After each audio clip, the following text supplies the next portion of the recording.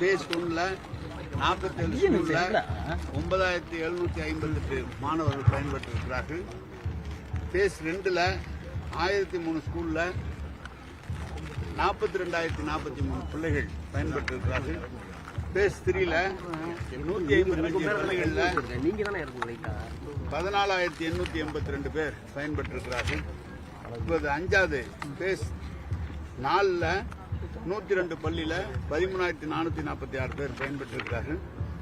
Base 5ல 1317 பள்ளிகளில் மொத்தத்தில் 80129 மாணவர்கள் பயன்பெற்றிருக்காங்க. இது காலை உணவு திட்டத்தில் இன்றைக்கு அரசு உதவி பெறும் பள்ளிகளில் இன்றைக்கு வெற்றிகரமாக நம்முடைய முதலமைச்சர் அவர்கள் தொடங்கி வைத்திருக்கிறார்கள். எனவே இது மாணவர்களுக்கு மிகப்பெரிய ஒரு நன்மை போய்க்கிற திட்டத்தை நம்முடைய திராவிட மாடல் அரசு தளபதி அவர்கள் தொடங்கி வைத்திருக்கிறார்கள். மற்ற திருச்சி மாவட்ட மக்களின் மாணவர்களின் சார்பாக இங்கு எங்களது மனமார்ந்த நன்றியையும் தெரிவித்துக் கொள்கிறோம். சார், எடப்பாடி துறையூர்ல ஆம்புலன்ஸ் வாகனத்தில் உள்ள டிரைவருக்கு தாக்கப்பட்டதா ஒரு சம்பவம் பிரச்சனை ஆயிட்டு இருக்கு. எப்படி பாக்குறீங்க சார்? ஏன்னா எடப்பாடியோட பிரச்சாரத்தில் இல்லை என்ன சொல்றீங்க? அவரு அந்த கூட்டத்துக்கு வந்தவர் தான் ஒருத்தருக்கு உடம்பு சரியில்லைன்னு ஆம்புலன்ஸ் போன் பண்ணி வர சொல்லியிருக்காரு. அவரை போட்டு அடிக்கிறாங்க. அது எப்படி நியாயம்னு நீங்க பத்திரிகைக்காரங்க சொல்றீங்க? அவங்களே போன் பண்ணி வரவழைச்சி தான் எனக்கு போலீஸ் ரிப்போர்ட் அப்படி தான் கொடுத்தாங்க. அவங்களே போன் பண்றாங்க. அவங்களுக்கு வந்தாங்க. என்ன எந்த அளவுக்கு என்ன நடந்ததுன்னு தெரியல அவங்கள. ஆனால் எந்த விதத்தில் ஆம்புலன்ஸை போய் தாக்குறதுங்கிறது ரொம்ப தப்பு. முதலமைச்சர் உரையாற்றிக்கிட்டு இருக்கும்போதே அது அரசு நிகழ்ச்சியாக இருந்தாலும் எந்த நிகழ்ச்சியாக இருந்தாலும் ஆம்புலன்ஸ் வந்து அது பேச்சை நிறுத்திட்டு உடனே அனுப்பிச்சி விட்டுருவாரு நம்ம முதலமைச்சர். ஆனால் இவங்க பிரச்சனை பண்றாரு. அது எது அவங்களுக்கு தெரிஞ்சது அவ்வளோதான். நோயாளிகள் யாரும் இல்லைங்கிறது தான் அவங்க இல்லை. அவங்க தானே ஃபோன் பண்ணி வர சொல்றாங்க. வந்து தானே நோயாளிகளை இந்த தூரம் போய் ஏற்றுறதுக்குள்ளேயும் அடிக்கிறாங்க. அது ஏற்கனவே அப்படிதான் பேசியிருக்காரு. இது மாதிரி நோயாளி, அதாவது ஆம்புலன்ஸ் உள்ள வந்தாலே நோயாளியை திருப்பி அனுப்பிச்சிருவோம் அப்படின்னு மிரட்டி இருக்கிறாரு. டிரைவர் நோயாளியை திருப்பி அந்த ஆம்புலன்ஸ்காரங்களுடைய டிரைவர்கள்லாம் ஆர்ப்பாட்டம்லாம் பண்ணியிருக்காங்க. எல்லா செய்திகளும் யார் எப்படி நடந்துகிட்டாலும் மக்கள் கூர்ந்து நோக்கி கொண்டிருக்கிறார்கள். அவர்கள் தான் தீர்ப்பு, கடைசியாக நல்ல தீர்ப்பை மக்கள் வரலாம். அதுவே திமுகவோட ஏற்பாடுன்னு சொல்றாங்களே சார். ஆம்புலன்ஸ் உள்ளார விடுறது உங்களுடைய எதுக்கு எங்களுக்கு? நாங்கள் அதில் என்ன பண்ண போறோம்? நான் கேட்குறேன், எங்கேயாவது அவங்க போஸ்ட் அடிச்சு நடு ரோட்டில் ஒட்டினாங்க, ஃப்ளக்ஸ் போர்டெலாம் கட்டினாங்க, கொடியெல்லாம் வந்து நட்டாங்க, எங்கேயாவது தேக்கியிருக்கோமா? ஏதாவது அவங்க கூட்டம் நடத்தக்கூடாதுன்னு நாங்கள் சொல்லியிருக்கோமா? அவங்க கூட்டம் நடத்துறதுல எந்த விதமான நாங்கள் இடைஞ்சலும் பண்ணல. அவங்க பேசிட்டு போறாங்க.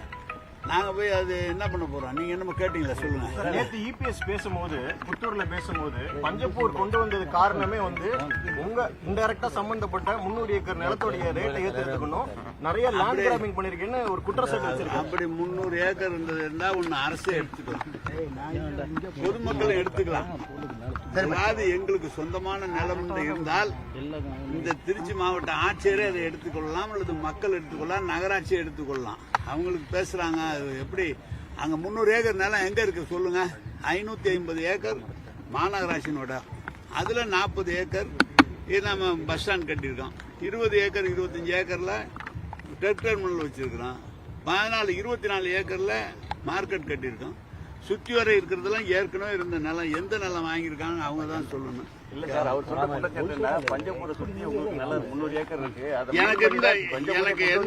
எனக்கு எந்த நிலம் இருந்தாலும் அது அரசுக்கு சொந்தமாக எடுத்துக்கொள்ளலாம். எனக்கு ஒன்றும் ஆட்சேபனை இல்லை. எந்த இடத்துல வேணாலும் கையில் போட்டு கொடுக்குறேன்.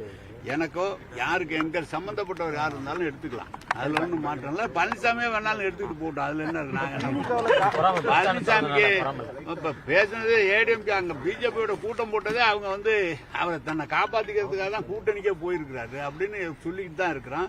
ஏற்கனவே சொல்லியிருக்கிறான், இப்பவும் சொல்றான். அவரை போற எங்களை நினைக்கிறாரு. அதான் விஷயம். சரி, இப்ப சென்னையில ஒரு நாள் மழைக்கே வந்து தண்ணி தேங்கி பிரச்சனையா இருக்கு. இப்ப முன்னேற்பாடெல்லாம் எப்படி சார் எடுத்து? எப்படி ஒரு நாள் எங்க தேங்கி இருக்கு சொல்லுங்க? 2 நாள் முன்னாடி அந்த பாலங்கள்லாம் தண்ணி நல்லா சொல்லுங்க. சப்வே 24 சப்வே 24 சப்வேவும் இறங்கிட்டு இருக்கு. மழை பெஞ்சு 1 மணி நேரம் 2 மணி நேரத்துக்குள்ள எல்லாம் கிளியர் பண்றோம். எந்த இடத்துலையும் தண்ணி தேங்க விடுறதில்லை. குறிப்பா இயற்கையை வந்து யாரும் வெல்ல முடியாது. நீங்க இப்ப கட்டமைப்பு இருக்கிற பணி என்பது வானிலை ஆராய்ச்சி மையத்தினால் எந்த மாதம் எவ்வளவு அளவுக்கு மழை பெய்யும் என்று நிர்ணயம் செய்து கொடுத்திருக்கிறார்களோ அதை வடிவதற்குரிய அமைப்பை பண்ணியிருக்காங்க. ரோடோ, மழைநீர் வடிகாலோ, அல்லது ஆகாய தாமரை அகற்றுவதோ, வாய்க்காலை சுத்தம் செய்வதோ எல்லாம் அதுக்கு செஞ்சிருக்கோம். திடீரென்று ஒரே நேரத்தில் ஒரு இடத்துல 20 சென்டிமீட்டர் 30 சென்டிமீட்டர் என்று பெய்கிற போது 2 மணி நேரம் 3 மணி நேரம் தேங்க தான் செய்யும், தேங்கி தான் வடியும். நீங்கள் அவ்வளவு யாரும் ப்ரிடிக்ட் பண்ண முடியாத அவ்வளவு சென்டிமீட்டர் மழை பெய்யும் சொல்லி ஏற்கனவே அதனால் செஞ்சிருக்கிறோம்.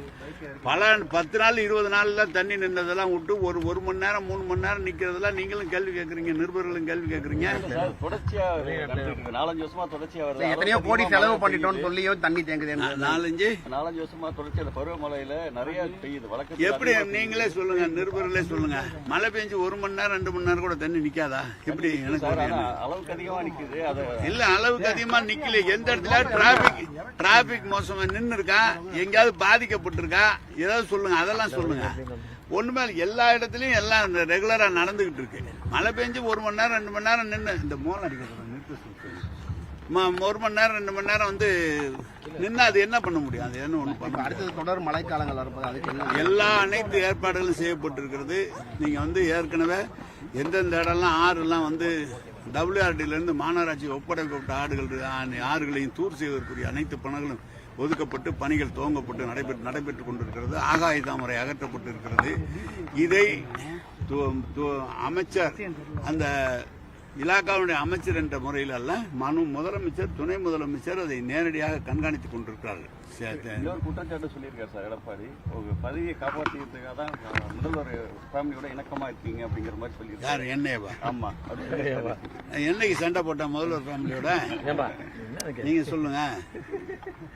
முதல்வர் ஃபேமிலியோட என்னைக்கு நாங்க சண்டை போட்டோம்? அவங்க தானே சார் எங்க தலைவர். அவங்க சொல்றபடி தானே சார் நாங்க நடக்க முடியும். நாங்க இணக்கமா இல்லாதவர் இவர் வச்சுக்கிறாரா? தங்கமணியை ஒதுக்கி விட்டுருக்கிறாரு. இவர் கட்சியில் இருக்கிறவங்க என்னென்ன வெளியில பேசுறாங்கன்னு தெரியும். இவர் எல்லாம் பத்திரிகையில போடுங்க, பரவாயில்ல. நான் எங்களுக்கு கட்சியினுடைய தலைவர் முதலமைச்சர், நாங்கள் முதன்மை செயலாளராக இருக்கிறோம். கட்சியினுடைய தலைவர் என்ற முறையிலே சொல்கிற பணியை நாங்கள் நிறைவேற்ற வேண்டும். முதலமைச்சர் அமைச்சராக இருக்கிற காரணத்தால் அவருடைய என்ன சொல்கிறாரோ அதை நிறைவேற்ற வேண்டும். இணக்கமா இது சர்டிபிகேட் கொடுத்ததே எனக்கு ரொம்ப நல்லது. அவங்களோட இணக்கமா தான் இருக்கிறான், தப்பு தண்டா பண்ணலங்கிற மாதிரி.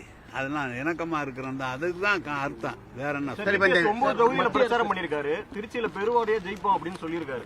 ஸ்ரீரங்கத்துல பேசிருக்காரு. பெருவாரியா தோப்பாரு. ஜெயிக்கிறது திமுக தான் ஜெயிக்கும். ஹிந்தியை கட்டாயமாக்குறாங்க சார், அதை பத்தி உங்களோட கருத்து என்ன சார்? சார், இருமொழி கொள்கை தான் தமிழ்நாடு அரசுடைய கொள்கை. அவர்கள் எவ்வளவு கட்டாயமாகப்பட்ட ஆக்கினாலும் அதை ஏற்றுக்கொள்ள மாட்டார்.